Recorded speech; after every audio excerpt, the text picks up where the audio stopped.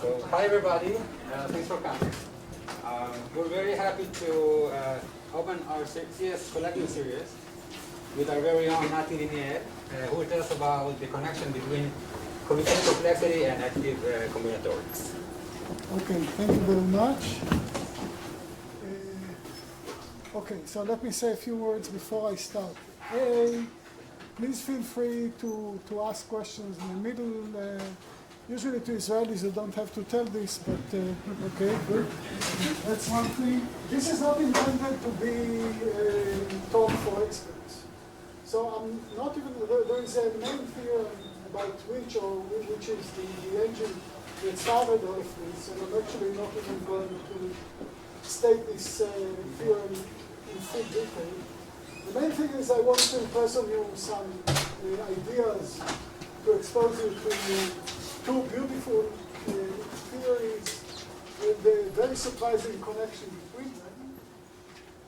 So the general thing, the new things that I'm going to tell today are joint works with HUJI.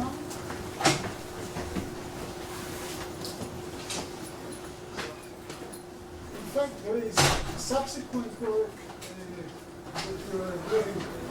I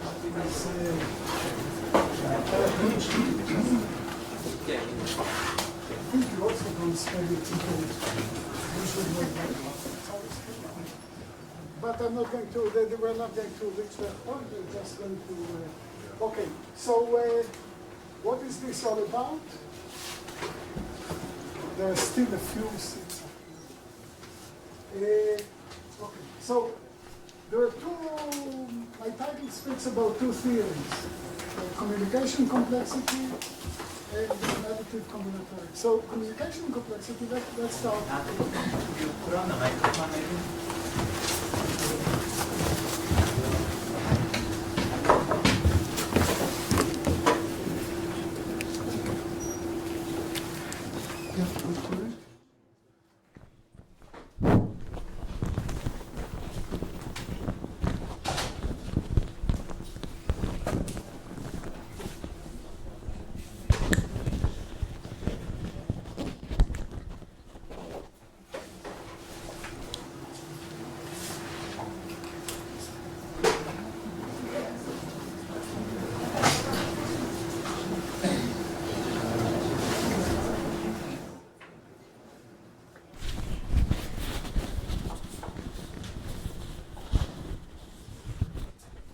Okay, so what does theoretical computer science try to do? Many things. In fact, if you want to look at the history, I think it's quite fair to say that we wouldn't be here today without early work of people like Turing, Church, Gödel, all these guys, and many other things. Cryptography wouldn't exist without the work of theoreticians and so on and so forth. I mean, the list is very long.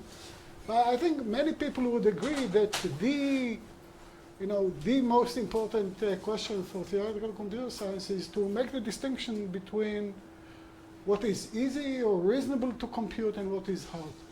And in some sense, this is almost a philosophical question, because if computing and thinking, if thinking is a special case of computing, then this speaks about what we can and cannot know about the world. So these are really huge questions. I think you all know about the P versus NP questions, but there are lots of other questions. And despite, wonderful people who are working on this very hard and beautiful advances, we're still in bad trouble with these questions. So we are still, no one would claim that, they're a year away from solving the P versus NP question. So what do you do in a situation like this? You either sit in the corner and cry, or you try something else. And the something else is to look for, if you want to scale the Everest or something like this, then perhaps it's a good idea to start walking up the hill next to your house, and so on. So you train on easier terrains. So instead of working with the P versus NP or the huge questions directly, we are creating for ourselves other theories or other setups which are easier to deal with, and still we believe, you know, when you've gone up, I don't know, Mount Carmel, you're still very far from being able to go up the Himalayas, but you've done something. You've made some progress. You taught yourself how to walk, how to use your equipment, and so on and so forth. So such a theory was suggested by Andy Yao in the late 70s, and this is the theory of communication complexity. So in some sense, it's a theory about the complexity of computation with no computation. So as you'll see, there are players in this. It's a game, and there are players in the game, and they're allowed to do whatever computation they want. Computation is completely unbounded.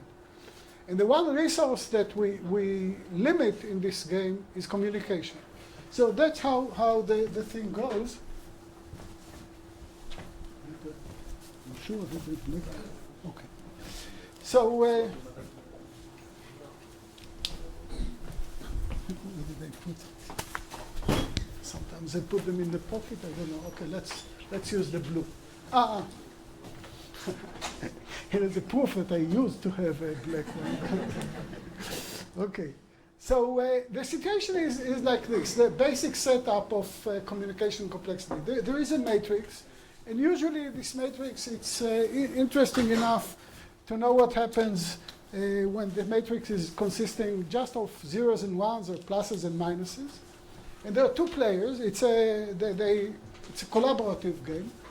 They sit together and work out what they're going to do. And then they get separated.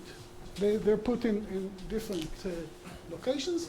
And one player is told an index I, which is an index of a row in this matrix. But the other player doesn't hear what I is, and the other one is told J, and their job is to find out what's here, what is AIJ. And they want to do this with the least amount of communication between them. I think possibly some people think that it's not the colloquium of the CS. Oh, so if here is the CS colloquium, some students already left with 2 students. What can I do? Okay, good. Yeah, that's the CS. I mean, it was announced very clearly that this is. What else can we do? Okay, so obviously this guy, he was told he can loudly and clearly say I, and then there is no problem. Then this guy knows the matrix and he'll tell. So that's a trivial solution. The trivial solution is always there. And the question is there are there any examples where you can do better? There are. So the first target, or the first kind of problem that this theory is trying to solve is, find cases where only the trivial solutions exist, find cases where more efficient things are, and try to get started on this kind of question. So let us start with a very, very simple example of this. So what if this matrix is a permutation matrix? Permutation matrix has 1, 1 in every row, 1, 1 in every column, and all the rest are zeros. Okay? So what is the situation when this is A? A is a permutation matrix. Well, in a way, just too complicated things too much, because they can decide for themselves to give their own, and the players, to use their own terminology. So by rearranging the columns, that doesn't mean anything. That's just between them. They know, each time I say 7, column 7, you know that I really mean column 17, right, and so on. So they can turn the matrix into the identity matrix. And then the question is, it makes a bit more sense. They're given 2 numbers, and they are asked to decide, have they been given the same number or not? Okay? Just as a little exercise, and I already see that I'm going much slower than I had planned at home, which is a normal thing for me. A good exercise for those of you who are more versed in probabilistic algorithms, if they use probability, then they can do it in order of 1 steps. If you have been exposed to randomized algorithms, it's a good exercise. I think you should be able to prove it, but it's a non-trivial. It's a good exercise. It's a non-trivial exercise.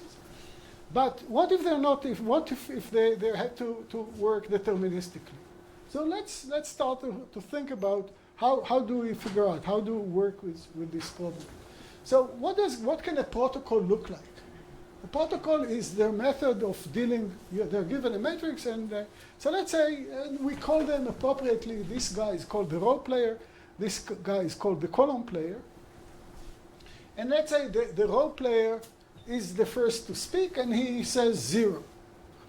So at home, before they were given the inputs, they decided what to do, and the column player knows exactly what to make of this announcement of 0. He knows that at home they agreed that if I'm drawing it like this just for my convenience, but of course the partition can be any. So if I'm in these rows, I'll say 0. If I'm in these rows, I'll say 1. Okay? And then let's say he said 0, and now he responds with 0, and we know that we're here, and so on. So what will happen is, as time progresses, we're going to partition the matrix into smaller and smaller pieces. When can they stop? When can this communication stop? The communication. So by now, let's say he said 0, we know we can throw the bottom part of the matrix. That's it. We're not there. So the matrix somehow shrinks and shrinks, and we can really stop. So I'm still drawing the whole picture, but let's say we are here now. We can stop precisely when all the entries in this matrix are the same. Either they're all 0s or they're all 1s. This is when, so in some way you see what happens here is that this game, such a protocol takes the matrix and breaks it into such blocks that are either all 1s or all 0s. So that already allows us, gives us something to work with. Why? So let me remind you the following thing, which I think you should have seen in a linear algebra class. One thing to notice is, you may want to think now instead of 0s and 1s and 1s and -1, it will be, some things will go a bit smoother. It really doesn't matter anything, but just to make things. So a block like this, a monochromatic block, a block with all the entries are the same, is a matrix of rank 1.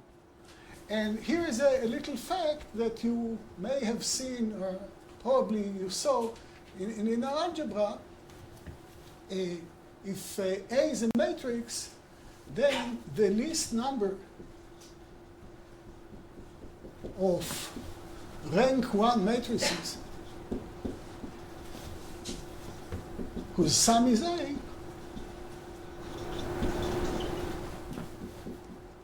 is the rank of A. So that's not usually how you define rank in a linear algebra class, but that's a perfectly good, and in fact, in some ways, even better than the usual way that you define rank. You first say what a rank 1 matrix is. It's just a multiplication table of 2 vectors. And the rank of a matrix is the least number of rank 1 matrices. So this means that when I'm done, so I have now a protocol. I can describe a protocol by a computation tree, which is something that you saw. And eventually, what I get is, at the end, the leaves of this are submatrices where this is a whole 0, a whole -1, and this is a whole 1, and then the game ends. Then we know the answer. But if you have a tree with k leaves in it, it must have depth at least log k. Okay? So the conclusion is that the communication complexity, so this is the least number of communicated bits of A, is at least log of the rank of A. So we already have one nice lower bound. You saw it took us a few minutes, nothing too serious. And by now we can already say two things. We can conclude that in this case, the identity matrix of an n has rank n, so therefore the communication complexity is at least log n. It's also at most log n, because in order to tell what index I got, so we know that the communication complexity of the equality game, that's how this is called,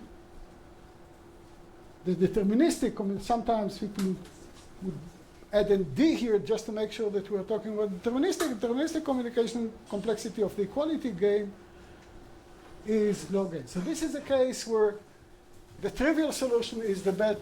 Yeah, please. Could you please just go over again the fact and Yeah, so this is not the usual way that you define a rank in linear algebra, but it's an easy fact from linear algebra that if you want to define, if you know what a rank 1 matrix is, it's just the outer product of two vectors, then the rank of a matrix is the least number of rank 1 matrices whose sum is that matrix.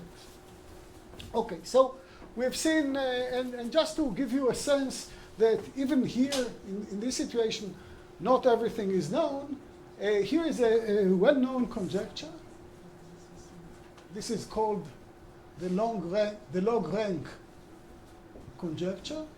Has been open for over almost 40 years. It says that there exists a constant C such that the communication complexity for every A, the communication complexity of A is at most log of the rank of A raised to a power C. But we don't know this. This is an open. So even in this situation, even in the two players communication complexity game, there are still things to know.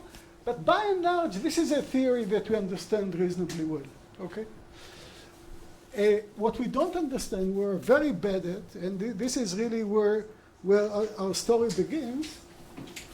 Let me stay before I go on there. Let me say two more things about this. It's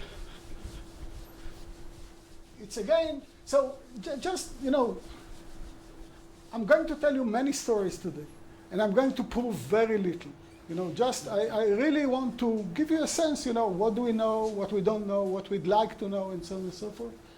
Many of these things are rather deep and still not easy, but I will not go into the proof. So in other words, there are many things that I say here in passing which I could easily develop into a full 1-hour lecture. I'm not going to do this to you. So here is a theorem which in its simplest form was proved by Kolmos in the 60s, and in its strongest form, Tikhomirov, is there are improvements here with the years. That's from 2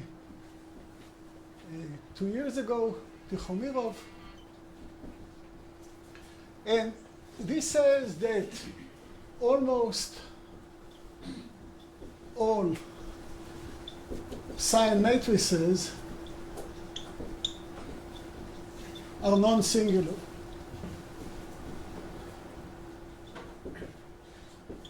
But even in its simplest form of Kolmos, it's still not what does it mean? You take all the n by n plus minus, let's do the plus minus matrices, and you ask which fraction of those are singular and which are not singular.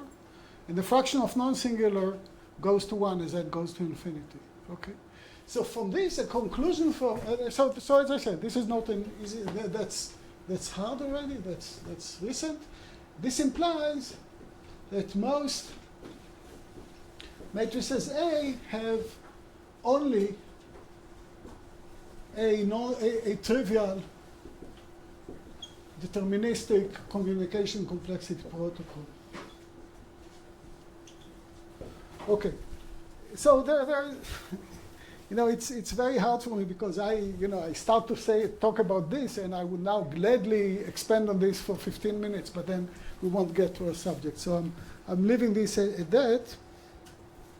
Okay, so one thing which I think should be an instinct to anyone listening to a talk with theory or combinatorics, if you hear something about two players, and in fact if you fall asleep and you wake up at the end, not in this one, it won't work here, you can wake up at the end and ask, and what if there are 3 players, and what if there are many players? Turns out the situation is really dramatically changed. I mean, in every aspect of the problem.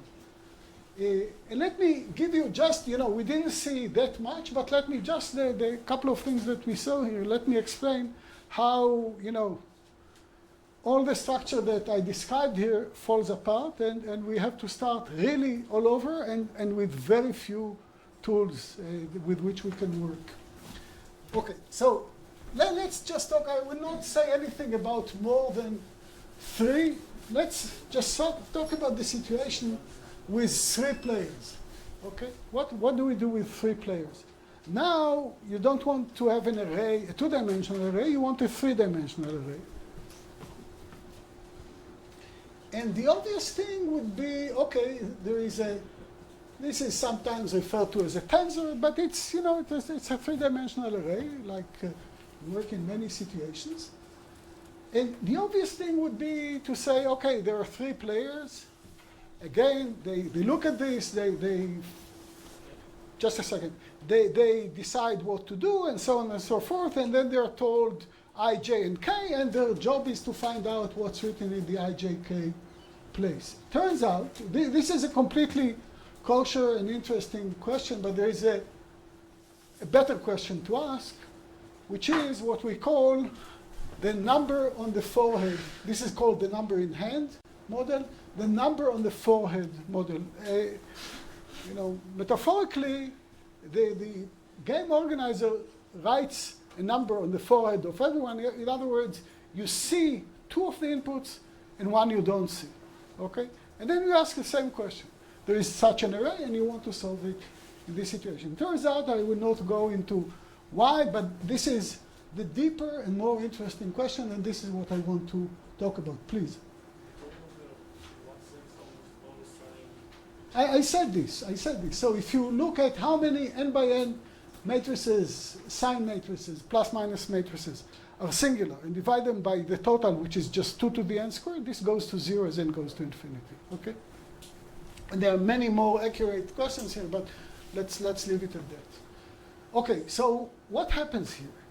So, we haven't been talking about this too long, but even the very simple things that we discussed, we spoke about, let me remind you, permutation matrices, rank, breaking, what the game does is eventually it takes the structure and breaks into small pieces.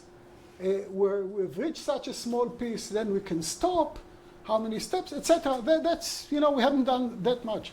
Let's see what happens here with all these things. Let me start with the letter. Previously, we said that the game ends, they break the matrix into pieces, and when can they stop? They can stop precisely when the piece that they're looking at now is monochromatic, is all zeros or all ones. This is no longer the case here. Why? And then this is very good for us because we are already in a well-trodden path. Breaking matrices into blocks, that's already linear algebra. We're at home. What happens here? So they speak to each other. They say things, because according to the protocol, and then they stop. When can they stop? So I'm very bad at drawing, but luckily there are a few things that I always carry with me. For example, I always carry a tetrahedron and so on. I never leave home without my tetrahedron, this is also something I always bring from home, which is a corner. Okay, so let's understand what happens. Let's suppose they've spoken and they've come to the conclusion that the answer is 1.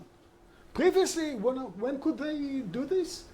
We all know which matrix we're looking at, and that's a matrix with only ones. We know the answer is 1. No point in further talking. Now let's say they've concluded that the answer is 1, and this point is one of the points that remain. This point is the one that remain, and this point is the one that remain. And then I want to say that necessarily this must be there too. So a corner is a set of 3 points, 1, 1, 1, where this one is missing. So what I want to say, and this is really an easy fact, unlike other things, that's an easy fact, which I'll wave my hands over. You'll see that's easy, and I will not dwell too much on this. So, the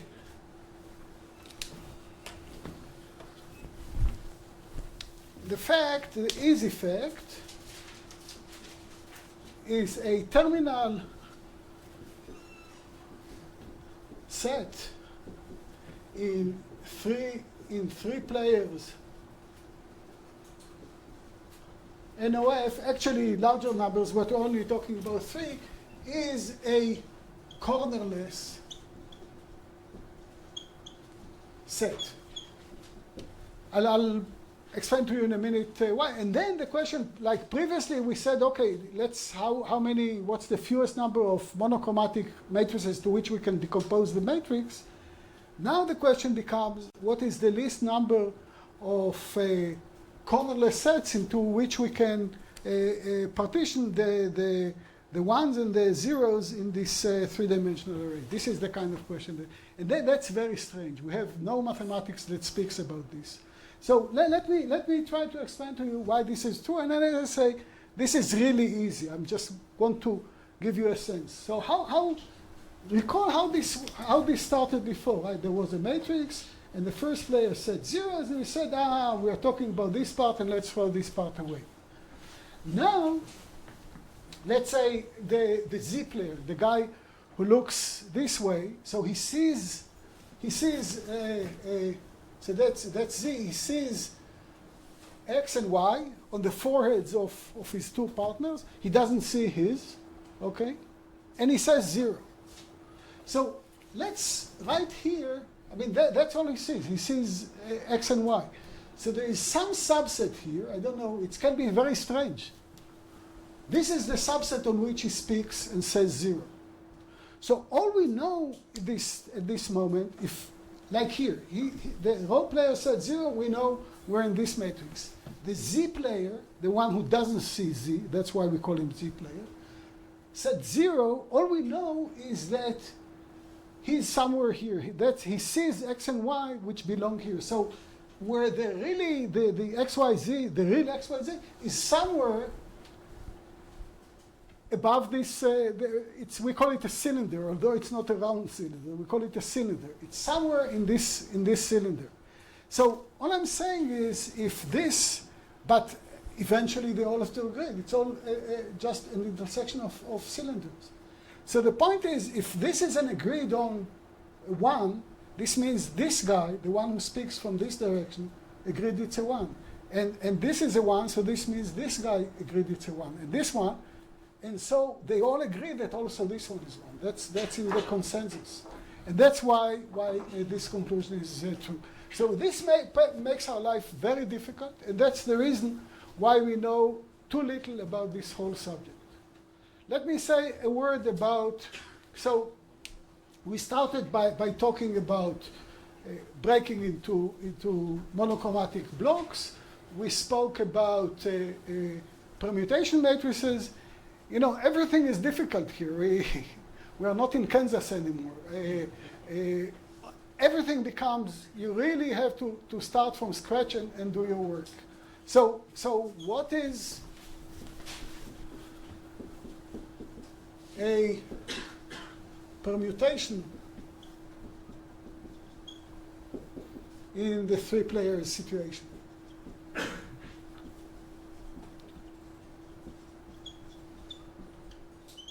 So let's come back and recall, what did we do in the two players case? In the two players case, a permutation matrix was an n by n array of zeros and ones, where every row and every column had exactly 1, 1.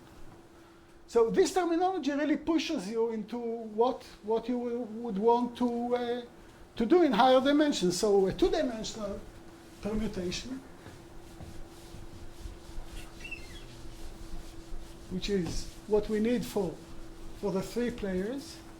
So what suggests itself is that we are going to have such an n by n by n array of zeros and ones. Now, here they're just rows and columns. here there are now three types of lines. There is rows, columns, and shafts.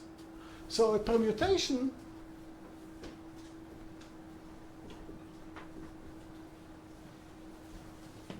is an array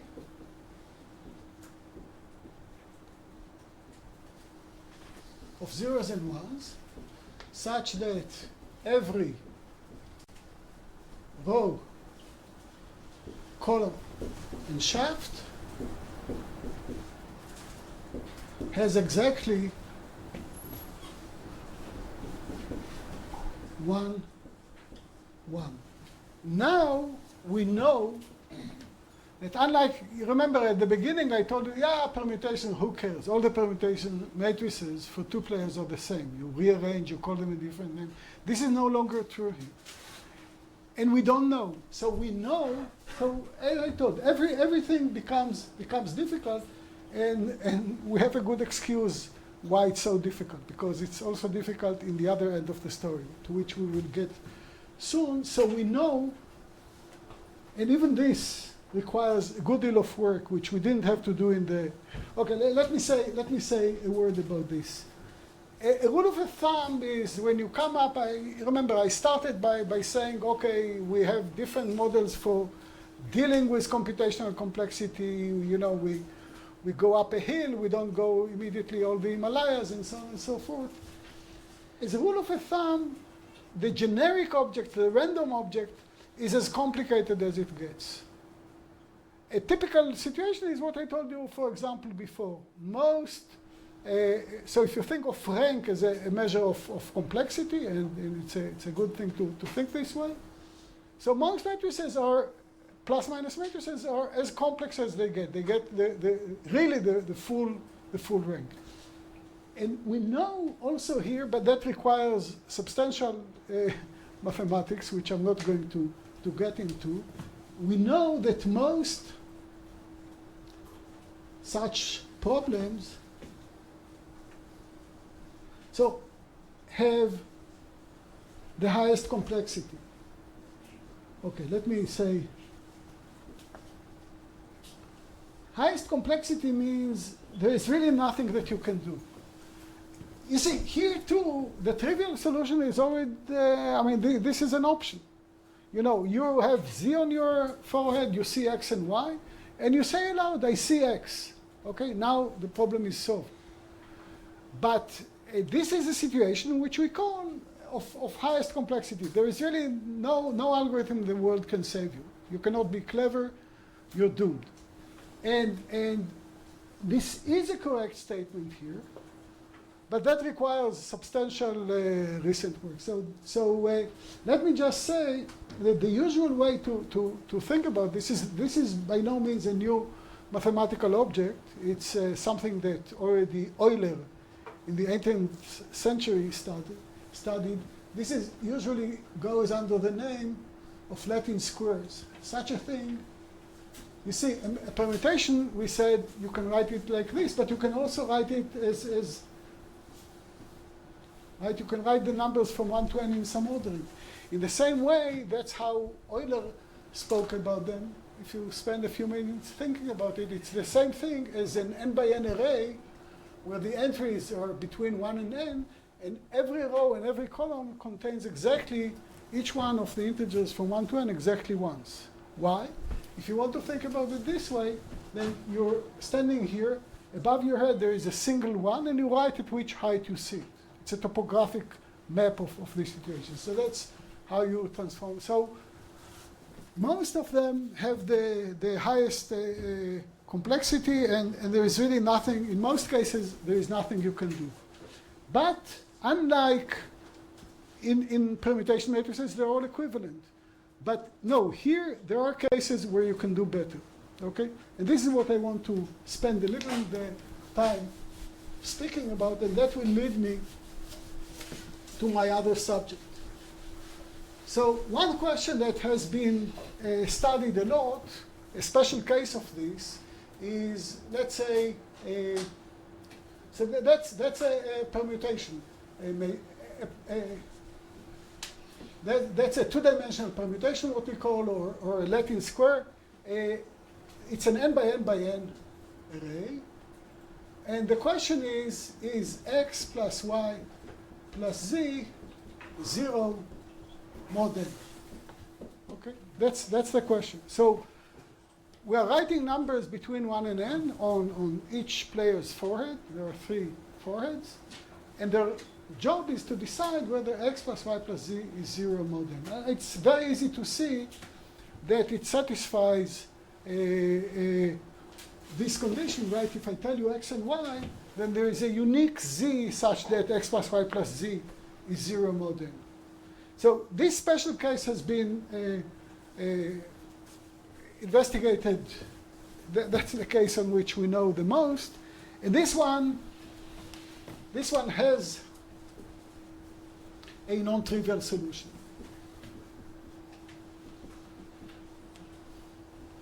Okay, so my initial ambition was to not just show you how to do this, but to show you 2 ways of doing this, but I doubt now that I'll have time to tell you one. So instead, let me show you where these ideas come from.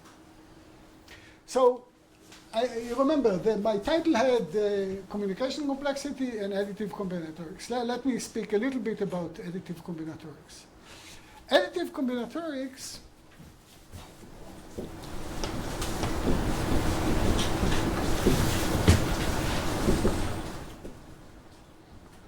starts with a theorem from 1927, almost 100 years ago, of van der Waerden.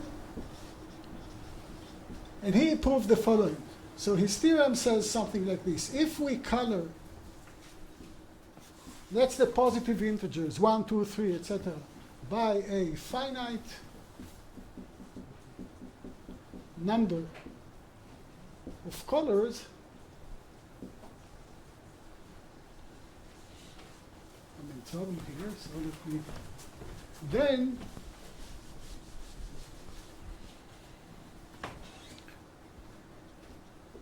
there necessarily exist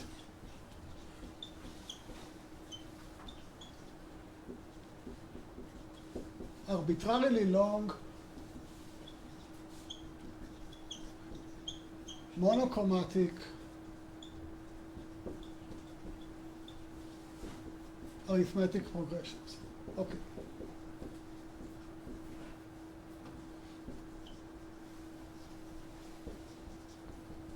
Okay, that's a mouthful. So let's say finite, let's say is 4. Okay, you color all the integers, every integer is either red, yellow, green, or blue.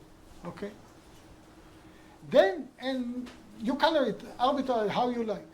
And then you tell me 17. I want to see such a sequence of, then necessarily you will find 17 integers which form an arithmetic progression, right? 5, 8, 11, 14, etc., right? Like in high school. All of the same color, let's say all blue. That's what the theorem says, okay? It's an elementary but very, very clever proof. So that's something that you can do in class. I haven't, but it's not something that, you know, if you insisted that I'll prove it to you, I would have, but you won't have time for this today. So when you do this, this suggests, and now I'm going to, for a moment, to be vague and then state this very clearly. So this suggests something like this. Does every, I don't know what to say here, large, dense, so this is where I'm vague, okay, but I'll make it concrete very soon. Set of integers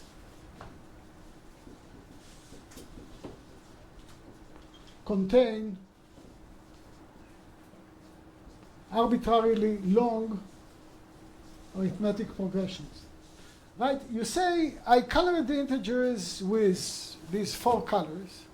Now, if the most common color, and that's already a little problematic, but let's leave it for a moment in the vague arena, but I'll make it concrete soon. Let's say the most abundant color is blue. Then it stands to reason that not only is there an arithmetic progression of any length that you want, but there is a blue one. Okay? So how precisely do you make this concrete? Okay, so instead of dwelling on this, let me now tell you a theorem in the same spirit from 1950s. Okay, so one thing, if somebody wanted to do math and wanted to win a Fields Medal, which is the highest prize that mathematicians can get, we have one winner here, the Lord Lindenstrass. It would be a good choice. I won't have time to count, but there's a long list of people who worked in this area and won a Fields Prize for their work. So Roth theorem from 1950 says the following. I'm still for a moment going to be vague, and then I'll state it very precisely. So no, that's already fully, but I'll restate it just to make it. If A is a subset of the integers from, don't let this confuse you, that's the integers from 1 to big N. It's not the set, that's a finite set of big N integers. Contains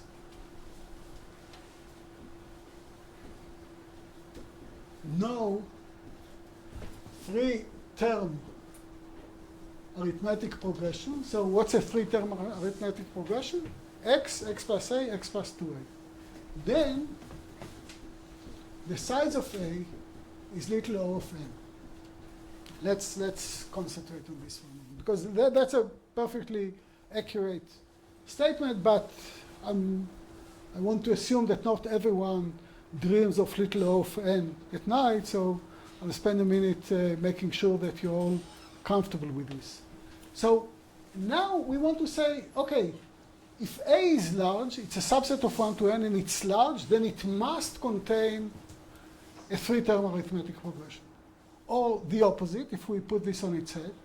If it doesn't contain a three-term arithmetic progression, then it's small. What is small? Its size is negligible with respect to 1 to n. Okay? Exercise. I told you before that if you hear a lecture about 2 players and then you wake up, we're already close to the end, you wake up at the end, then you want to ask the speaker, what about 3 players? Now I want to play this game with you. What should you be asking me?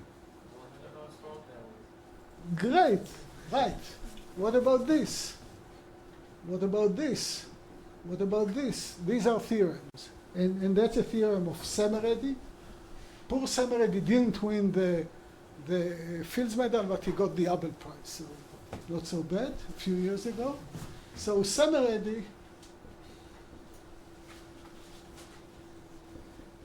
by the way, Hungarian names are very common here. There are all sorts of apostrophes here, but I think it's like this, but I won't take the chance. So Semeredy's theorem says the same thing for any integer k. Now, that's already a much harder theorem. And the point is that what's even perhaps more interesting and exciting is that he developed a tool that really revolutionized modern combinatorics. I'm really debating with myself. I wanted to tell you so many good stories. Okay, so I will return to this. I want to tell you what Semeredy's regularity lemma is, which is a wonderful tool that really has been a main tool in all sorts of things combinatorial, which is something that you may want to know. But I will return to this momentarily, and now just connect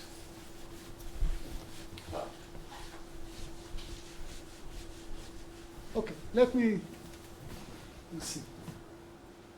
So there is a whole array of theorems of this sort.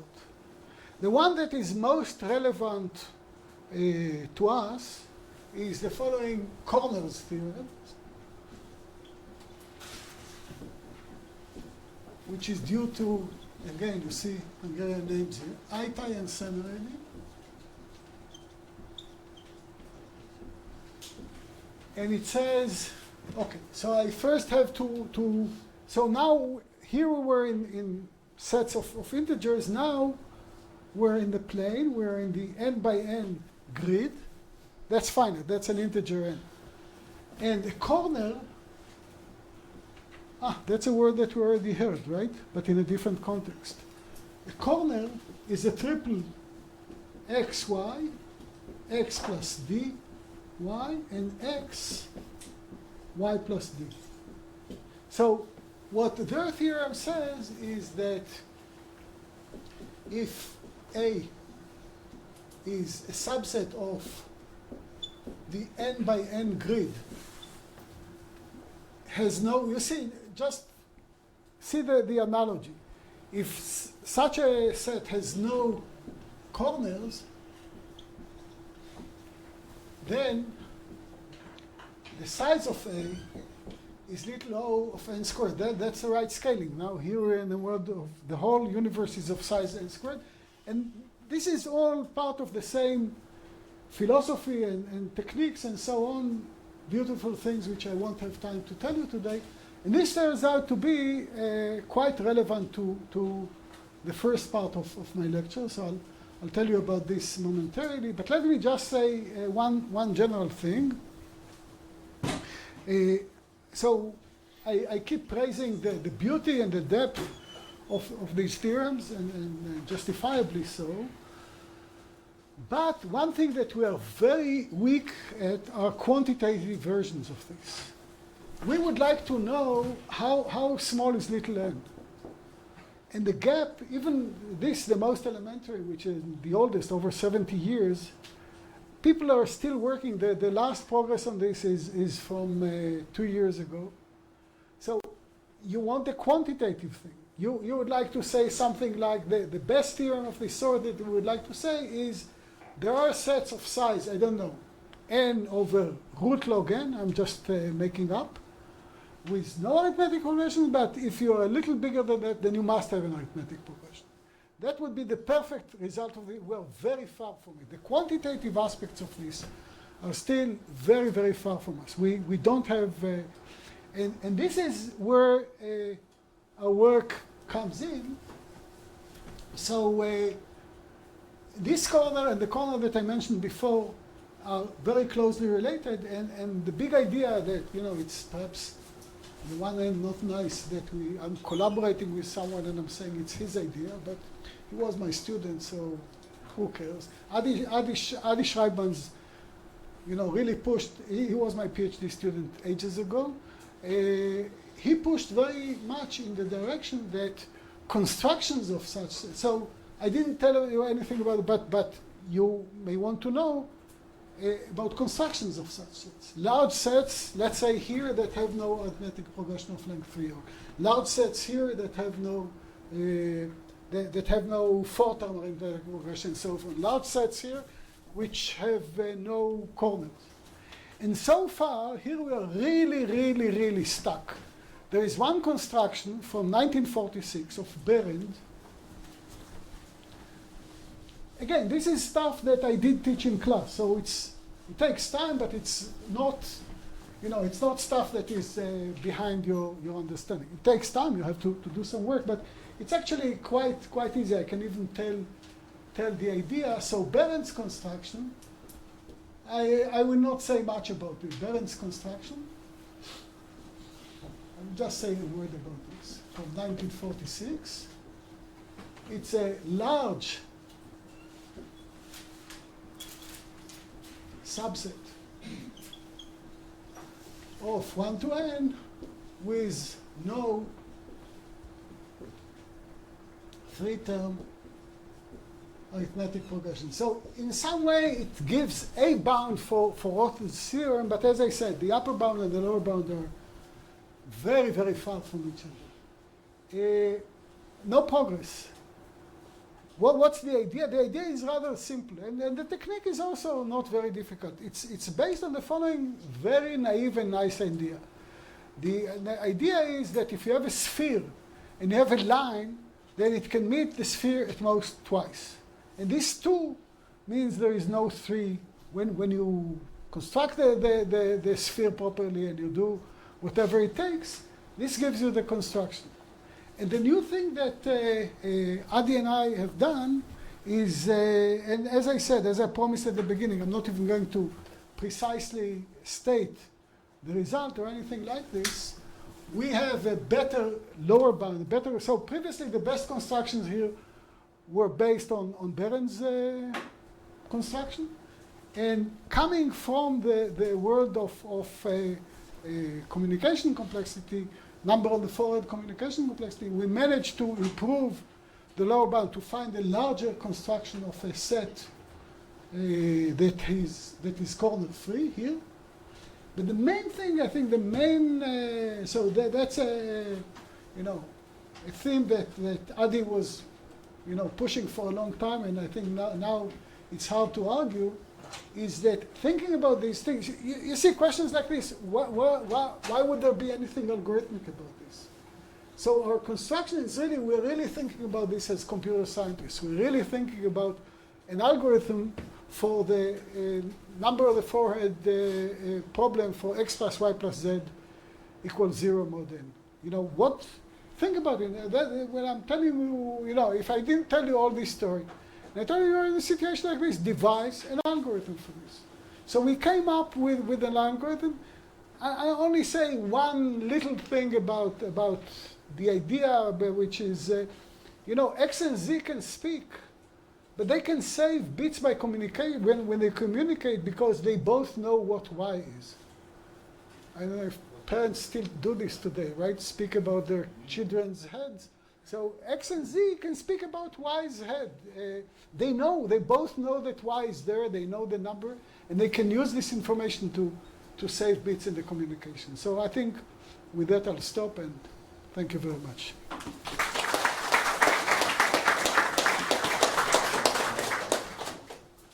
I can still take questions if people want, or you can decide it's other questions.